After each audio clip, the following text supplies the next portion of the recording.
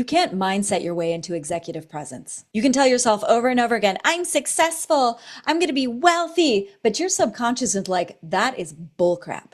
Presence is somatic, it's embodied. This type of authority and presence comes deep from within you.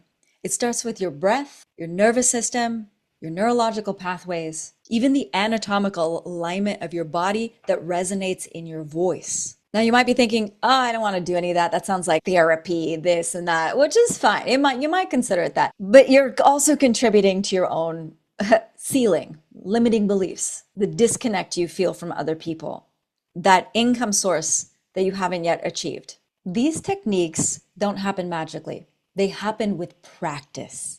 And it's not difficult. You take one thing at a time and you just start implementing it into your daily life. Entrepreneurs, executives are already hardworking. You know how to work hard. But let's get you working hard more effectively, more embodied, so that when you communicate, people feel your authentic power, your authentic leadership. And it's not some facade that you put on when you go to work.